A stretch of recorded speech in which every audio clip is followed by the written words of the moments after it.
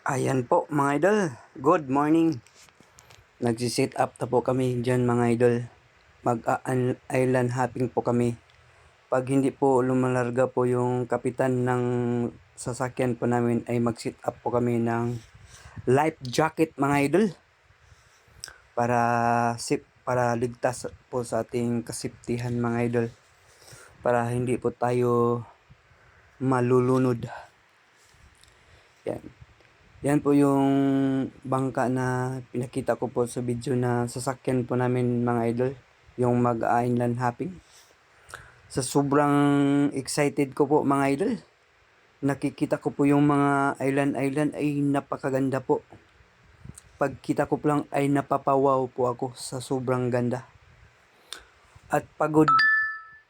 Ako po dyan idol ay pagod at walang tulog po. Ay nakikita ko po yung mga island at napakagandang tanawin ng dagat ay nawala po yung antok ko. Sa sobrang ganda po. Ayan, pabiyahe po kami dyan. Patungo sa mga island na destination po namin. Yung pag pipicturan po namin at saka magliligo kami doon. Yan po yung tinatawag na island hopping po. Yun po yung mga kasama po namin dyan ay mga sekretary po. Gandang ganda po talaga mga idol.